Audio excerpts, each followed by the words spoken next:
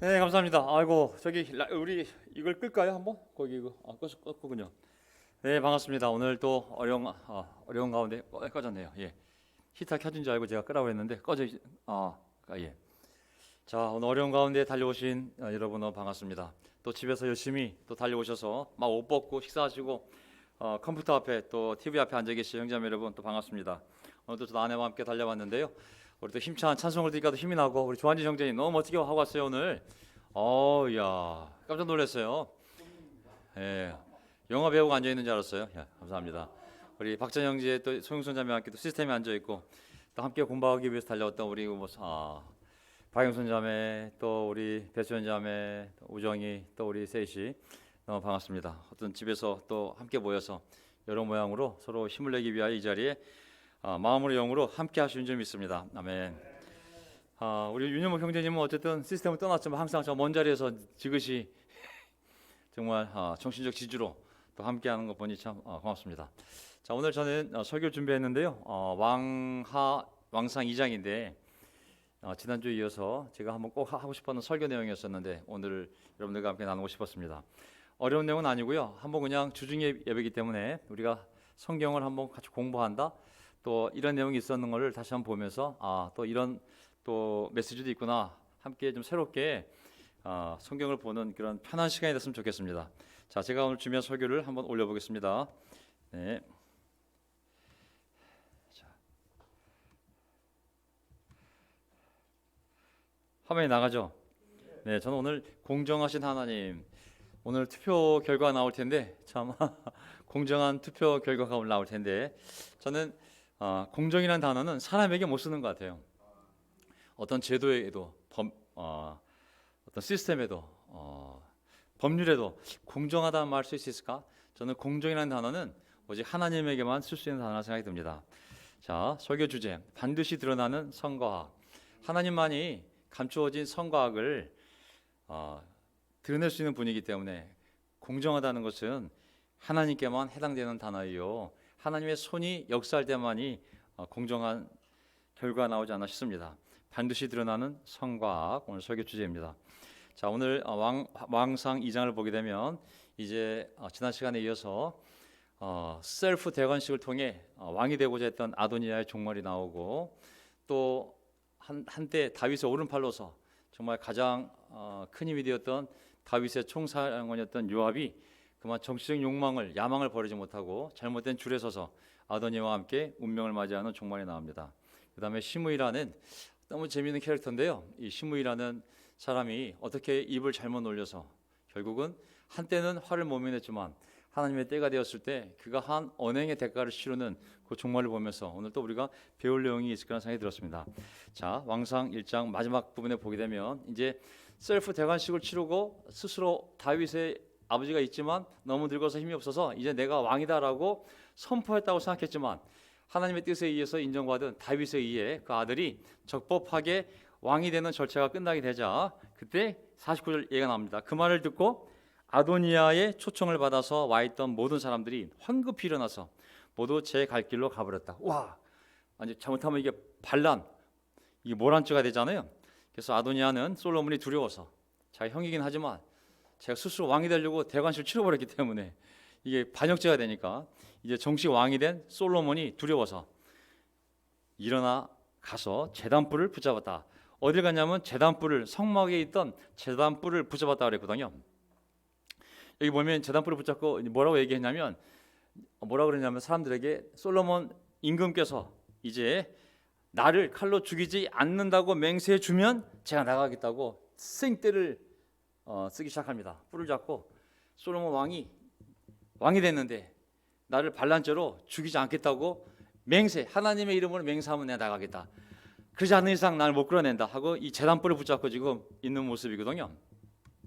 자, 왜 그가 제단불을 붙잡았냐면 그냥 잠시 우리가 아는 내용이지만 공부하는 측면에서 한번 본다면 출애굽기 21장을 보게 되면 사람이 죄를 지었을 때 정말 의도적으로 나쁜 죄라면 그 죄값을 치러야 되지만 정말 실수로 너무 억울하게 그 결과가 주었을 때는 그걸 용서받을 수 있는 길이 있습니다. 그게 두 가지인데 명백한 건 뭐냐면 12절 출애굽기 21장 12절 사람을 때려서 죽인 자는 반드시 사형에 처해야 된다. 사람을 죽인 자는 반드시 죽어야 된다. 13절 그가 일부러 죽인 것이 아니라 실수로 죽였으면 내가 너희에게 정하여 주는 것으로 피신할 수 있다. 도피성. 14절 그러나 홧김에 일부러 이웃을 죽인 자는 나의 제단으로 피하여 오더라도 나의 이 제단, 이 뿔을 잡고 있다 할지라도 끌어내서 죽여야 한다. 그러니까 사람이 죄를 짓고 자기가 정말 명백하게 지은 죄면 죄값을 치러야 되지만 실수로 정말 한 거라면 그의 생명을 살리기 위해 하나님이 두 가지 제도를 만들어놨어요. 하나는 도피성으로 도망가는 것, 그리고 또 하나는 잽싸게 성막으로 들어와서 이 번제단에 내 뿔을 딱 붙잡고 있는 것. 그럼 죽이지 못하는 거예요. 조건은 그가 정말 무죄였을 때 효력이 있는 것이죠. 근데 죄를 짓는 놈이 살기 위해서 그냥 뿔만 잡았다고 해서 살 수 있는 것이 아니었거든요. 근데 아도니아는 분명히 죄를 짓어도 불구하고 뿔 붙잡고 나 뿔 붙잡았다. 분명히 죽이지 말라 그랬지. 솔로몬 왕한테 가서 얘기해줘. 맹세하면 안 죽이다가 맹세하면 내가 나가겠다고. 그래서 어떤 일이 벌어졌을까요? 솔로몬이 말하였다. 왕상 1장 52절 그가 충신이면 아도니아한테 얘기하는 겁니다. 충신이면 그의 머리카락 하나도 땅에 떨어지지 않을 것이다. 그러나 그에게서 악이 발견되면 그는 죽을 것이다. 솔로몬 왕이 사람을 보내어 그를 제단에서 이 번제단에 넷불 붙잡고 있는 아도니아를 끌어오게 하니 그가 와서 솔로몬 왕에게 절을 하였다. 뭐 10번째 동생이긴 하지만 왕이 됐으니까는 왕으로서의 대접을 해야 되잖아요. 그래서 솔로몬은 그에게 뭐라 그랬냐면 집에가 있으라고 하였다. 집에가 있어. 형, 집에가 있어. 어떻게 보면은 가택연금 일단 집에가 있으라고. 조건부 구원 집에가 있으라. 무죄라는 건 아닙니다. 네가 뿔을 붙잡았지만 무죄는 아니라고. 그냥 집에가 있으라고. 뭐냐면 반란죄로 죽일 수 있지만 내가 보류하겠다고. 확인해 보겠다고. 당신이 충신이면 하나님이 너 살려주실 거라고. 하지만 악이라면 집에가 있으라고. 일종 집행유예 같은 것이잖아요. 그래서 이제 그 사람이 진짜 누군지는 어떻게 할 수 있냐면 딱 두 가지예요. 하나님 그리고 시간. 딱 두 가지. 하나님, 시간. 하나님께 시간을 드리면 반드시 그가 누구인지를 하나님이 드러내거든요. 디모데전서 5장 24절 보세요. 디모데전서 5장 24절 어떤 사람들의 죄는 명백해서 재판을 받기 전에 먼저 드러나고 어떤 사람들의 죄는 나중에야 드러납니다. 이와 마찬가지로 착한 행실도 드러나기 마련이고 드러나지 않은 것도 언제까지나 감추어져 있지는 못합니다. 자, 반드시 드러난다고. 빨리 드러나든 늦게 드러나든 악이든 선이든 반드시 하나님을 위해서 드러난다. 이제 이 원리가 어떻게 이제 사람들 삶에 드러나는지 이제 왕상 2장에 나오는 겁니다. 보십시오. 이제 자, 다윗은 세상을 떠날 날이 가까워서 아들 솔로몬에게 유언을 하였다. 자, 왕을 세워놨어요. 근데 다윗이 좀 기력이 돌아왔어. 그래서 아들이 너무 어리기 때문에 좀 그의 그 왕으로서의 기틀을 마련해주기 위하여 몇 가지 일을 하다가 이제 솔로몬이 어느 정도 좀 더 시간이 지나면서 이 다윗이 운명할 때가 다가왔습니다. 그리고 어떤 유언을 하냐면 나는 이제 세상 모든 사람이 가는 길로 간다. 너는 굳세고 장부다워야 한다. 야, 굳세고 남자다워야 한다. 정말 항상 보던 글귀가 아닐 수 없습니다. 가나안 땅을 정복해야 될 여호수아에게도 하나님께서 고면해 주신 말씀이 바로 담대하라, 두려워 마라. 내가 너를 절대로 버리지도 떠나지도 않을 것이다. 생각나시죠, 그렇죠? 그래서 하나님은 이렇게 이런 식으로 힘을 주신 것이죠. 근데 주석서를 보니까 솔로몬의 나이가 이때 14살. 어떤 사람은 12살로도 봤거든요. 어쨌든 20대 미만. 그냥 쟁쟁한 적들이 막 형들이 위로 그냥 벌써 5명, 6명이나 살아있는 상태에서 벌써 제일 큰 형은 반역을 칠 준비를 벌써 한번 했었지. 이 신하들 중에 총사령관도 거기에 붙었지. 제상도 붙었지. 애는 지금 뭐 캠퍼스 틴 수준밖에 안 했는데 지금 나는 운명할 상태지. 그러니 솔로몬이 얼마나 압돌당하겠어요. 그러니까 아버지가 솔로몬아 겁내지 말라고. 응? 아버지 없다고 힘 빠지지 말. 여기 보면 너는 굳세고 장부다워야 한다. 여기서 좋은 표현이 우리가 조심해야 될 표현이 저도 서로 배운 건데 여기서 굳세고 남자다워야 한다. 다음 표현 보세요. 그게 뭐랑 연결되냐면 왜 굳세고 남자다워야 되냐면 3절 너는 주 너의 하나님의 명령을 지키고 모세의 율법에 기록된 대로 주님께서 지시하는 길을 걷고 주님의 법률 계명, 주님의 율례 증거의 말씀 다 같은 말이라고 그러니 그냥 하나님의 말씀, 율법에 나타난 하나님의 말씀을 잘 지켜라. 그리하면 네가 무엇을 하든지 어디를 가든지 모든 일이 형통할 것이다. 저는 이 구절에서 잘 보세요. 너는 굳세고 장부다워야 한다. 이것이 감정적인 표현은 아니라는 거죠. 아이고 이제 아버지도 없고 너 혼자 어떡하니? 아이고 눈물 뚝 남자다지. 이런 이런 의미에서의 격려가 아니라 항상 하나님이 사람에게 담대하라, 막 용기를 내라 할 때는 그런 감정적인 위로가 아니라 하나님의 말씀을 지키는 용기, 하나님의 말씀을 따르는 담대함을 얘기하는 것이지, 야 남자식이 말이야 창피하게 여자처럼 눈물 흘려 어깨 펴 이런 의미가 아니라는 거죠. 하나님의 말씀을 수행하는 데 있어서 용기를 내라고, 담대하라고, 그 말씀만 따르면 너는 된다고. 무슨 말인지 아시겠죠? 항상 용기는 말씀을 따르는 것과 연관이 있습니다. 성격을 얘기하는 것이 아니라 그렇게 되면 결국은 지금 무엇을 하든지 어디를 가든지 모든 일이 형통할 것이다. 모든 일이 형통할 것이다. 여기 보면 이 앞으로 삶의 기준이, 왕으로서의 기준이 말씀이잖아요. 말씀. 너부터 말씀을 지키고 백성을 다스릴 때 하나님 말씀으로 백성을 다스려야 한다. 왜?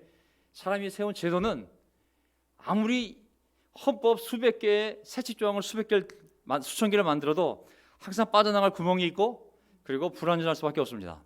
하나님의 말씀만이 올바른 기준이 되지, 사람이 아무리 어떤 것을 정교하게 만들어 놔도 인간의 법과 제도는 다 빠져나갈 길이 있고 악용할 길이 있는 것이 이번에 LH 공사에서 드러났습니다. 아무리 좋은 취지로 만들어도 만든 놈들이 다 빠져나가게 되었습니다. 여기 보면 저는 이 구절을 다시 한번 확신을 한다면, 사람이 어떤 것을 생각하고 그것을 믿고 그렇게 살면 그걸 닮아가지 않겠습니까? 하나님의 말씀을, 자 로마서 7장 12절에 관주성경을 보면 연결되어 있는데, 자 하나님 말씀 어떠냐면 거룩하다고, 하나님 말씀 거룩하다고, 하나님 말씀 의롭고 하나님 말씀 선한 것이다. 그러면 하나님 말씀을 생각하고 하나님 말씀을 추구하고 실천하다 보면 그 사람의 성격과 마음과 성품이 어떻게 되겠습니까? 삶이 거룩해지고 의로워지고 선해지지 않겠습니까? 인간의 법을 연구한 사람들은 그 인간의 법을 통해서 약삭빠르지잖아요. 빠져나갈 구멍을 찾고. 하지만 하나님의 말씀을 연구하고 말씀대로 살려는 사람은 그 말씀의 속성이 그 사람의 인품으로 들어가서 말씀이 거룩한 것처럼 그 사람도 점점 거룩해지고, 말씀이 의로운 것처럼 그 사람의 사고방식이나 행동도 의로워지고, 말씀이 선한 것처럼 그 사람의 사는 방식이 선해진다는 것이죠. 저 그분 동의하시죠, 그렇죠? 그렇게 되면 모든 일이 형통할 것이다. 네가 말씀대로 살면 모든 일이 형통할 것이다. 저는 이 표현도 새로 봤어요. 형통할 것이라는 것이 한자잖아요. 한자. 형통하다. 어른들이 많이 쓰는 표현이거든요. 영어로 prosper, 번영할 것이라고, 그냥 잘 될 거라고. 근데 모든 일이 형통할 것이라는 그 단어가 뭐냐면 사칼이라는 단어인데, 뜻이 정확하게 여러 개 있는데 대표적인 두 가지. 하나는 지혜롭게 하다. 두 번째가 번영하다. 그래서 그냥 번영하다로 가면 1번, 2번, 3번을 빼고 4번으로 번역이 간 거거든요. 1번은 뭐냐면 지혜롭게 하다. 하나님 말씀이 지혜이기 때문에 그 말씀대로 네가 실천하면 네가 지혜롭게 될 거라고.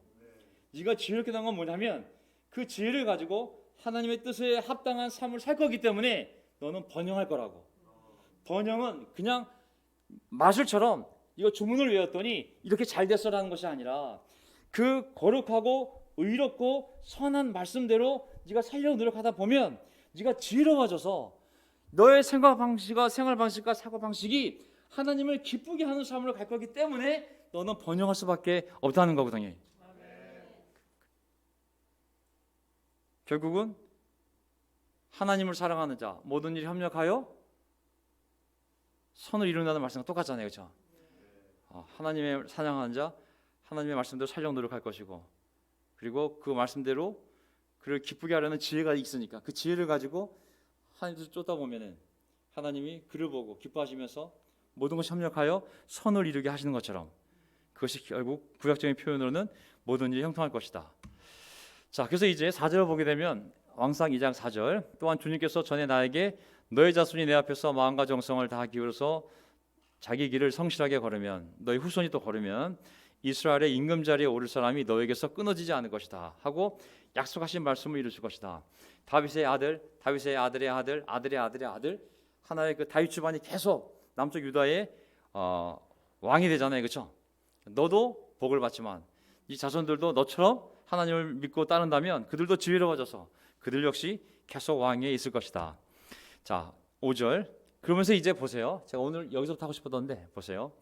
이제 다윗이 생전에 어떤 사람들이 마음에 있었어요. 이 사람들에 대해서 내가 개인적인 이슈도 있지만 무엇보다도 하나님의 공의의 관점에서 이 사람을 내가 반드시 어떤 걸 했었어야 되는데 하지 못한 사람들이 있어요.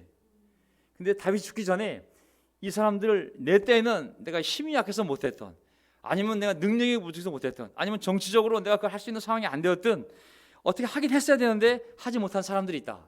이 사람을 네가 하나님의 지혜를 많이 받았으니 내 때는 못했지만 너의 때에는 이 사람들을 꼭 해결해라 하는 사람들이 등장합니다. 이제 보세요. 그게 첫 번째가 이제 보세요. 더욱이 너는 수르야의 아들 요압이 나에게 한 것, 곧 그가 이스라엘 군대의 두 사령관인 아브넬과 아마샤에게 한 일을 알고 있을 것이다. 요압이 그들을 살해함으로써 평화로운 때에 전쟁의 피를 흘렸고 내 허리띠와 신에 전쟁의 피를 묻히고 말았다. 그러므로 너는 지혜롭게 행동을 하여 그가 백발이 성성하게 살다가 평안히 수월해 죽지 않도록 내려가도록 내버려 두지 말아라. 그러니까 뭐겠어요? 편히 죽게 하지 말라고. 요압이 나에게 잘못한 일이다고, 하나님께 잘못한 일이다. 그 때문에 내가 굉장한 고통을 당했다고. 자, 이거는 이제 또 앞부분을 봐야 되기 때문에 시간이 없지 않습니까? 어쨌든 이 요압 장군이 다윗의 오른팔 장군이었지만 시기심이 많았기 때문에 결국은 자기랑 비등한 사람이 등장할 것 같으면 그 사람을 미리 제거해버렸어요. 다윗에게 상의하지도 않고. 그리고 제거할 그 사람이 다윗과 손을 잡고 이 12개 지파를 평화롭게 연합을 이루려고 하는 그 장군인데도 불구하고 저놈이 저걸 성공하면 내 자리를 탐내겠지, 저놈을 죽여야지 하고 비열하게 속임수 써서 바로 이 어느 장군을 죽였어요? 이 두 장군을 죽인 거예요. 철저하게 개인적인 야망과 시기, 질투, 복수심으로 이 두 장군을 죽임으로 말미암아 다윗이 이 두 장군을 통해서 평화를 이루려고 할 때 굉장한 고통을 안긴 사건들이 있었거든요. 그래서 다윗이 요압을 해결하고 싶었지만 능력이 안 됐어요. 그때는 상황이 되질 않았어요. 그래서 이제 죽기 전에 솔로몬아, 요압 절대로 편히 죽지 않게 해라. 그의 죄의 대가로 말미암아 내 허리띠에도 신에도 피가 묻었다. 그를 제거하지 않으면 너의 왕권이 흔들릴 수도 있고 이 나라를 위해서라도 네가 지혜롭게 잘 해결해라 하고 남겼습니다. 그자 또 두 번째 사람, 그러니까 피를 흘려야 할 사람이 있고 은혜를 갚아야 할 사람이 또 있는 거예요. 그러나 7절 길라 사람인 바실레의 아들들에게는 바실레 자비를 베풀어서 너의 상에서 함께 먹는 친구가 되게 하여라. 그들은 내가 너의 형 압살롬을 피하여 도망할 때에 나를 영접해 주었다. 다윗이 은혜를 잊지 않는 거예요. 압살롬이 반역을 일으켰잖아요. 그때 이제 도망가게 되었잖아요. 근데 그 도망가는 피나 행렬에 찾아와서 그 피나 행렬에게 먹을 것을 준 은인이 있었어요. 그게 바로 바실레의 바실레. 그래서 다윗이 압살롬 반란을 제압하고 돌아오는 길에 바실레를 만났을 때 바실레 어른 나랑 함께 예루살렘 궁전 들어갑시다. 내가 잘 모시겠습니다. 그랬을 때 전 됐습니다. 나중에 제 아들들이나 잘 돌봐주세요 라는 얘기를 들었거든요. 그래서 다윗이 살아 생전에는 이 아들을 잘 돌봤습니다. 근데 이제 자기가 죽기 전에 그 은혜를 생각하면서 내가 바실레의 은덕을 입어서 그의 아들들 잘 돌봤듯이 너도 그 아들들을 잘 돌봐 주어라. 어떻게 보면 참 이 다윗의 마음이 정말 그 한번 입은 은혜를 저버리지 않는 사람인 것 같아요, 그렇죠? 예, 그래서 피를 봐야 할 사람 그리고 은혜를 갚아야 할 사람 알려주었어요. 그 다음에 또 하나 남겨준 인물이 있어요. 이놈을 네가 잘 봐라. 그게 누구냐? 바로 시므이에요. 시므이. 또 바울임 출신으로 베냐민 사람인 사울 왕의 지파잖아요. 사람이 게라의 아들 시므이가 너와 같이 있다. 그는 내가 그 압살롬 반란 때문에 마하나임으로 가던 날에 나를 심하게 저주하였지만, 이 시므이가 사울 왕의 같은 집안 사람이잖아요. 유력한 후손이에요. 저 다윗 놈이, 저 유다 지파 다윗 놈이 우리 지파에 있는 이 왕을 이렇게 비참하게 만들고 지가 왕이 됐구나, 원한을 품은 사람이었어요. 근데 마침 다윗이 아들의 반란에 의해서 도망가는 행렬을 만났어요. 그때 아주 심하게 저주했다고. 근데 반란이 끝나고 내가 돌아오는데 다시 그가 요단강으로 나를 맞으려고 내려왔을 때 헷갈리게 했잖아요, 그렇죠? 이야, 다시 다윗님, 그때 제가 제정신이 아니었습니다. 사랑해요 다윗님. 이거는 내가 주님을 가리켜 맹세하기를 내가 너를 칼로 죽이지 않겠다 하고 말한 일이 있다. 그러나 너는 그에게 죄가 없다고 여기지 말아라. 왜? 하나님이 세운 왕에게 저주를 한 거예요. 저주. 너는 지혜로운 사람이니 그를 어떻게 처리해야 하는지 잘 알 것이다. 너는 그의 백발에 피를 묻혀 백발에 피를 묻혀 수월로 무덤으로 내려가게 해야 한다. 이렇게 딱 유언을 남기고 가신 거예요. 그러면 이 시므이가 어떤 짓을 했었을까요? 지금 이제 왕상이잖아요. 그러면 이제 사무엘 하루 넘어오면 삼상 사마 왕상 왕하니까 왕상 앞에 사마가 있잖아요. 사무엘하. 사무엘 16장을 보게 되면 다윗이 도망갈 때, 아들 압살롬이 반란에 이렇게 도망갈 때 아주 비참한 지경에 있었을 때 이 시므이가 했던 모습이 나옵니다. 한번 보세요. 저는 의미 있는 너무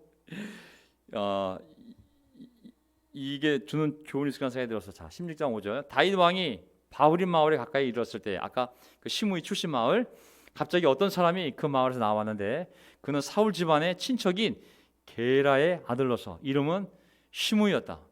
그는 거기서 나오면서 줄곧 저주를 퍼부었다. 다윗 왕의 모든 부하와 모든 용사가 좌우에 서서 왕을 호위하고 가는데도 그는 다윗과 그의 모든 신하에게 계속하여 돌을 던졌다. 7절. 시므이가 다윗을 저주하여 말했다. 영영 가거라, 이 피비린내 나는 살인자야, 이 불안강 같은 자야. 8절. 네가 사울의 집안 사람을 다 죽이고 그의 나라를 차지하였으나 이제는 주님께서 그 핏값을 모든 너에게 갚으신다. 이제는 주님께서 이 나라를 너희 아들 압살롬의 손에 넘겨주셨다. 이런 형벌은 너와 같은 살인자가 마땅히 받아야 할 재앙이다. 와, 강력한 일개 백성이 왕에게, 아직도 왕이잖아요, 도망가긴 하지만, 이런 저주를 퍼부은 거예요. 야, 이 살인자. 근데 그때 우리가 다 아는 내용인데 다시 복귀합니다. 다윗이 어떻게 이걸 받아들이냐면 바로 밑구절 11절에 생각하여 보시오. 나의 몸에서 태어난 자식도 나의 목숨을 노리고 있는데 압살롬이 이러한 때에 하물며 저 베냐민 사람이라야, 사울 왕의 같은 지파인 베냐민 사람이야 더 말해 무엇하겠소. 주님께서 그에게 그렇게 하라고 시키신 것이니, 우리 알잖아요. 그가 저주하게 내버려 두시오. 혹시 12절, 주님께서 나의 비참한 모습을 보시고 오늘 시므이가 한 저주 대신에 오히려 나에게 좋은 것으로 갚아주실지 누가 알겠소. 아주 대인배의 마음으로 그 부하들이 저놈을 당장 죽여야 됩니다 했을 때 내버려 두라고. 하나님이 저 시므를 통해서 나를 나에게 이렇게 말씀하시는지 어찌하겠냐고. 아니 차라리 시므이 때 내가 너무 비참해지면 하나님이 그 모습을 보고 어휴 불쌍한 다윗 이렇게까지 되었구나, 나를 불쌍히 여길 줄 어떻게 하겠냐고. 12절. 다윗과 그 부하들은 계속하여 길을 갔다. 그래도 시므이는 여전히 산비탈을 타고 다윗을 따라오면서 저주하며 그 곁에서 돌을 던지고 흙먼지를 뿌렸다. 다윗의 이 심장에 비술 꽂은 사람이 시므이잖아요. 응? 배신 정도가 아니라 이제 다윗 왕이 끝났다고 생각하고 저주를 한 거거든요. 그래서 이 요압, 그 다음에 은혜가 베달셀 바실레의 아들들, 그 다음에 다시 피를 묻혀야 될 이 시므이, 네가 지혜롭게 잘 판단해라. 내가 죽이지 않겠다고 맹세했으니 나는 할 수가 없다. 하지만 그가 죄 없는 것이 아니므로 네가 잘 판단했다가 하나님의 공의를 이루기 바란다 하고 휙 들어가셨어요. 자, 이제 어떻게 이제 하나님이 악과선을 드러낼까요? 보세요. 왕상 1절 보게 되면 이제 아도니아부터 이제 하나님이 해결하십니다. 아도니아. 자,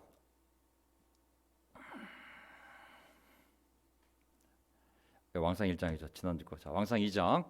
자, 이제 다윗 왕 이후에 아들 솔로몬 왕이 그거 해야 할 사람들을 이제 어떻게 하나하나 할 것인지, 이제 다윗 왕이 죽습니다. 죽은 다음에 이제 솔로몬이 어린 나이에 나라를 이제 세워가기 시작할 때 아버지가 그에게 남긴 유언 이 세 명을 해결해야 됩니다. 자, 먼저 아도니아부터, 자기에게 반란을 일으켰던 아도니아부터, 아버지에게 반역죄를 저지른 아도니아부터 어떤 일이 벌어질까요? 자, 장남이 되어 반역죄를 저지른 아도니아, 그가 정말 회개했는지, 아직도 정신을 못 차리고 정권욕에 왕이 되고 싶어하는 야망이 있는지 하나님이 드러냅니다. 이제 사람은 숨길 수가 없어요.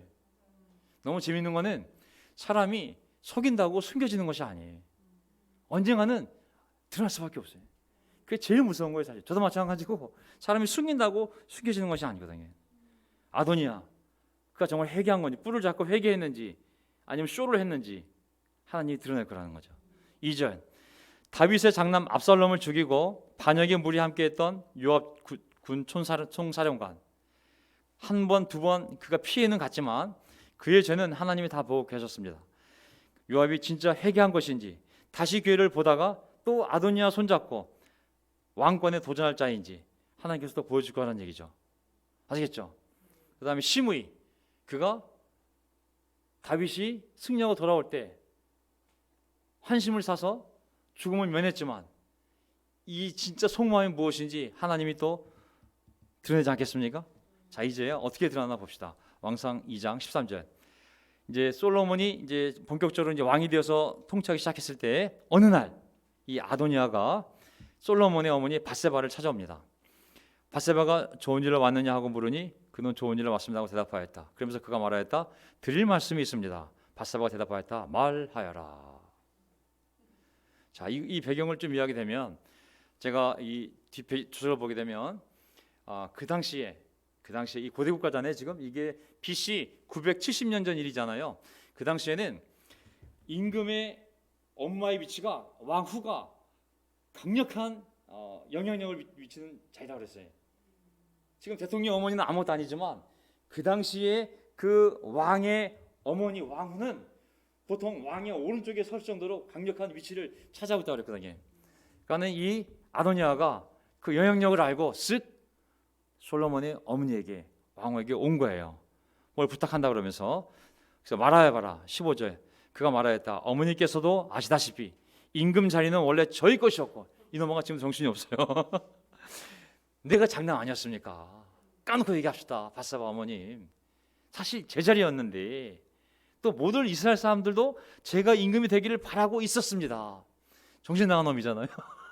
지금 솔로몬이 왕이 됐는데 지 스스로 다 해석을 하는 거예요. 지금 원래 내가 왕이 됐어야 됐고, 그리고 사람들은 내가 왕이 될 거라고 알고 있었다고 지 멋대로 해석을 하고 있잖아요. 지금 자기 인식이 안 되는 사람인 거예요.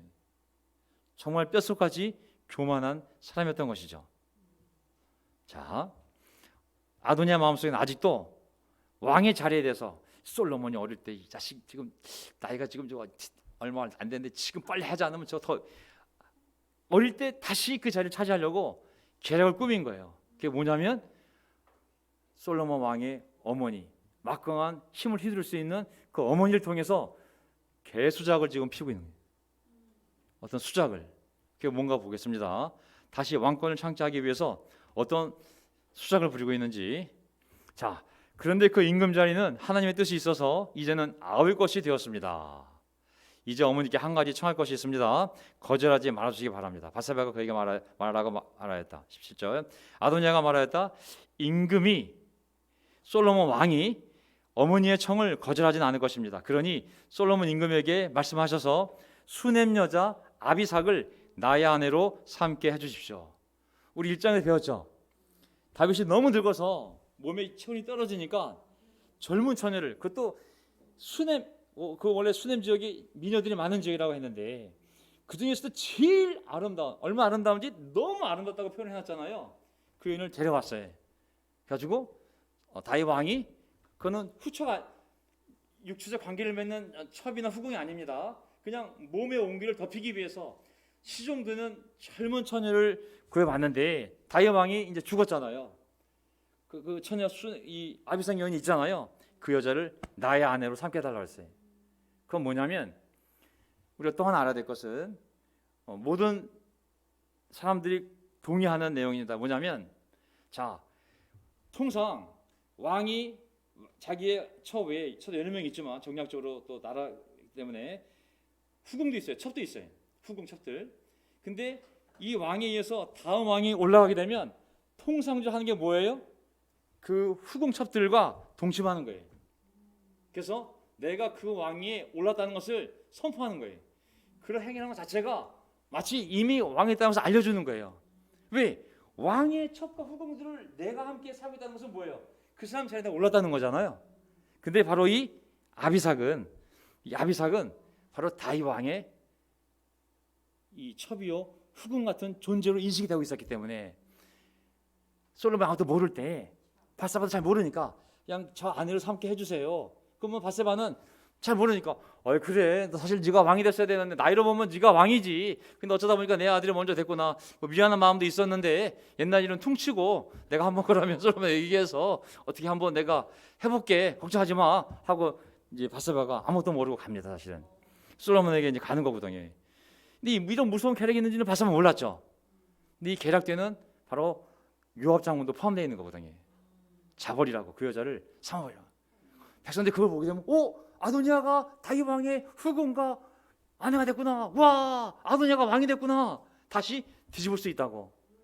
그런 계략을 가지고 이게 접근한 거거든요. 네? 그래서 바세바가 솔로몬 왕에게 갑니다. 그래서 뭐라 그러냐면 나에게 한 가지 작은 소원이 있는데 거절하지 않으면 좋겠어. 솔로몬 왕에게 바세바가 왕이 대답하였다. 어머니 말씀하여 보십시오. 거절하지 않겠습니다. 그랬더니 바세바가 말하였다. 수넴 여자 아비삭과 임금의 형 아도니아를 짝짝꿍 시키면 좋겠어. 응? 그때 솔로몬은 지혜가 있는 사람이잖아요. 하나님이 준 지혜가 있는 사람이죠. 나이는 어리지만 딱 알아차린 거죠. 이게 아도니아 형님이 외롭구나. 아유 어쨌든 뭐 아비삭도 어차피 혼자 있는데 뭐 이번 길로 그냥 뭐 퉁실까? 이게 아니라 이 아도니아 아직까지도 이 왕권에 대한 야망을 포기하지 않는구나. 22절 보세요. 그래서 솔로몬 왕이 어머니에게 대답하였다. 아도니아를 생각하신다면 어찌하여 수넴 여자 아비삭과 결혼시키라고만 하십니까? 그는 나의 형이니 차라리 그에게 임금의 자리까지 내주라고 하시지 그러십니까? 또 아도니아만을 생각하셔서 청하실 것이 아니라 그를 편든 아비아달 제사장과 수리아의 아들 요압을 생각해서라도 그렇게 하시자. 그때 다 왕이 되겠다고 그쪽 편에 쓴 사람들이 아닙니까? 이 제한이 뭘 의미하는 겁니까? 다시 왕이 당했다는 건데 아싸리 그냥 그들과 한패가 되시죠. 이거는 왕이 되겠다는 얘기입니다. 어머니 화가 난 거예요. 23절 솔로몬은 주님을 가리켜 맹세하였다. 아도니아가 자기 목숨을 걸고 이런 말을 하였으니 그의 목숨을 살려두면 하나님이 나에게 벌을 내리시고 또 내리실지도 모릅니다. 이제 주님께서 나를 세워 아버지 다윗의 자리에 앉게 하시고 말씀하신 대로 나를 시켜서 왕실을 세우셨으니 내 이 왕권은 합법적인 것이니 주님의 살아계심을 두고 맹세합니다. 오늘 아도니아는 반드시 처형당할 것입니다. 솔로몬 왕이 여호와의 아들 분하를 보내 새로운 총사령관 그가 아도니아를 쳐 죽였다. 어떻게 보면 아도니아는 참 어리석은 사람이에요. 이게 사람이 욕심이 많아지면 사람을 어리석게 만들더라고요. 사람이 정말 욕심이 많으면 어리석어져요. 진짜 남들이 보면 그러면 안 돼. 그런데도 불구하고 욕심이 생기면 진짜 어리석은 행동을 저도 하게 되거든요. 사실 이 사건을 보면 어떻게 동생이 형을 쳐 죽였는데 뭐가 이렇게 아름다운 일이라고 적어놨을까? 이거 하나님의 공의를 나타내는 거기 때문에 개인적인 원한의 감정이 아니라 하나님이 세운 왕을 다시 전복시키려는 그런 계략을 꾸몄기 때문에 하나님의 공의 심판에 의해서 결국은 이렇게 죽음을 맞이하게 된 거거든요.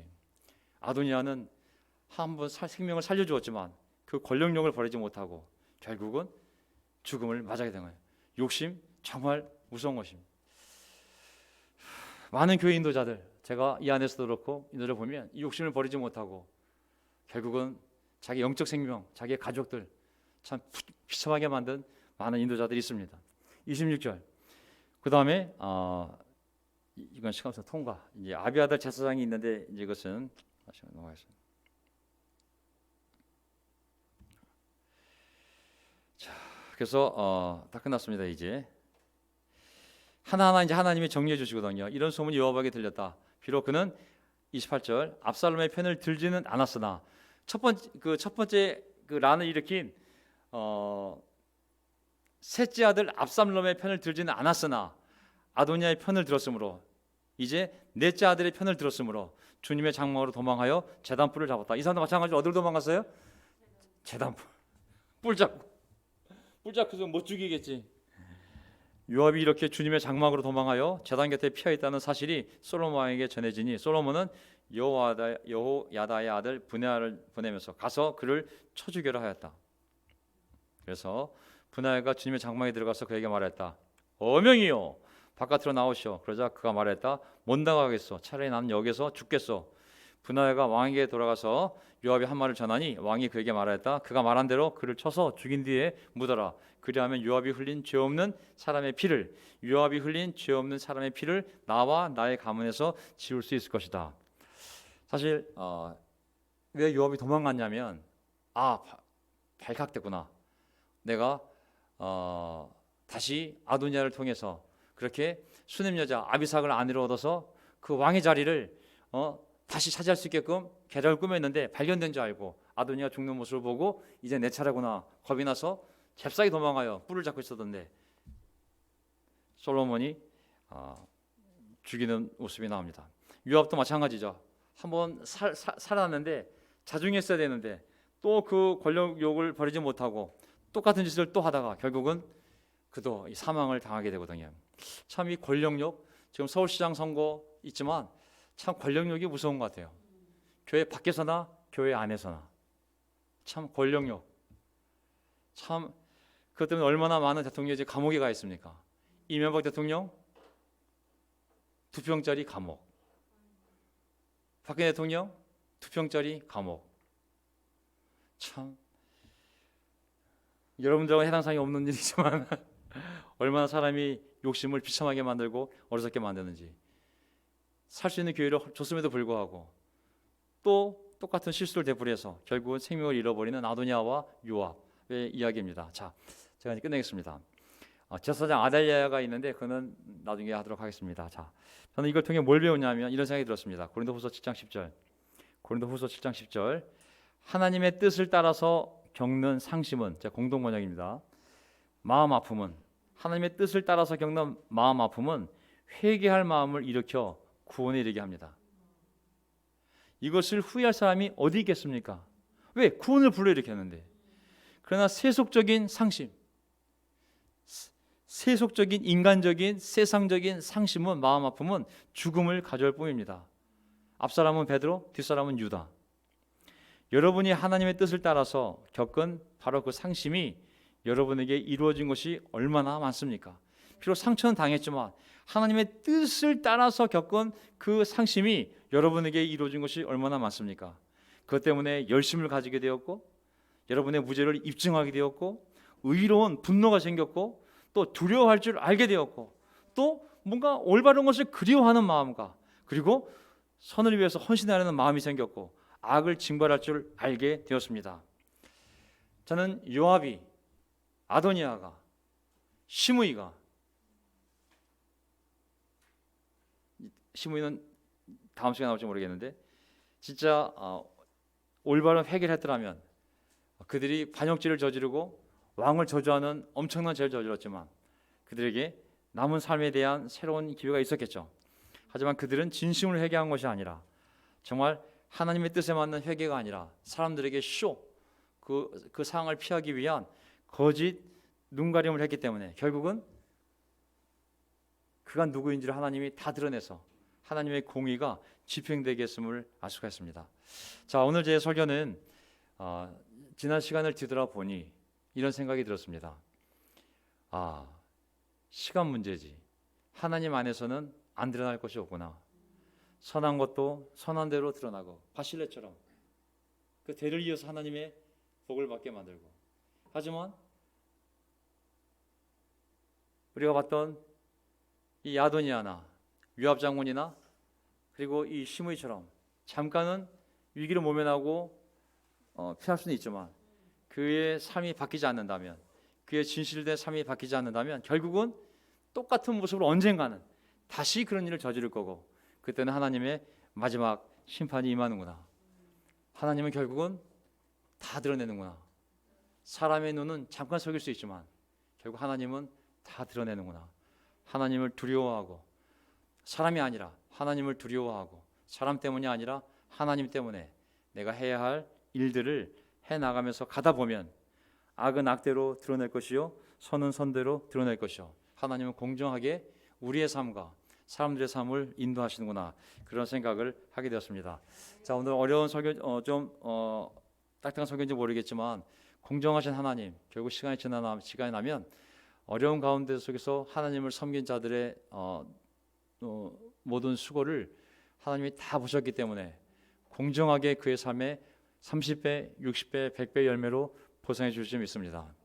하지만 세상에서 사람들이 인정을 받으며 서로 속이며 지금 뭘 잘 먹고 잘 사는지 모르겠지만 하나님의 눈을 속일 수가 없습니다.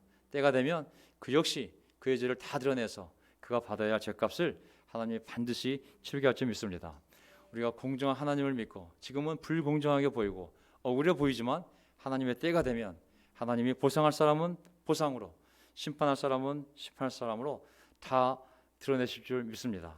그 믿음으로 우리가 다시 용기를 내고 선한 일을 해나갈 수 있는 저와 여러분이 되기를 바라면서 설교를 마치겠습니다. 아멘. 네.